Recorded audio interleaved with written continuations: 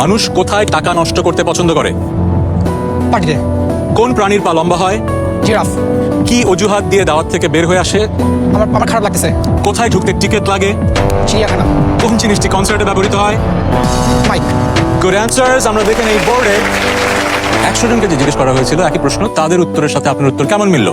আপনার প্রথম প্রশ্ন ছিল মানুষ কোথায় টাকা নষ্ট করতে পছন্দ করে, আপনার উত্তর ছিল পার্টি করে। 100 জন মানুষকে যখন জিজ্ঞেস করা হলো তাদের মধ্যে কতজন বললো পার্টি করা? একজন। দ্বিতীয় প্রশ্ন, কোন প্রাণীর পা লম্বা হয়? আপনি বলেছেন জিরাফ। 100 জনের মাঝে কজন বললো জিরাফ? 42 জন। বাহ বাহ, সুন্দর। তৃতীয় প্রশ্ন ছিল কি অজুহাত দিয়ে দাওয়াত থেকে বের হয়ে আসবেন? আপনার উত্তর ছিল খারাপ লাগছে। 100 জন বলেছে, 16 জন বলেছে। কোথায় ঢুকতে টিকিট লাগে? আপনি বলেছেন চিড়িয়াখানা। চিড়িয়াখানা। 100 জন মানুষ কি বলেছে?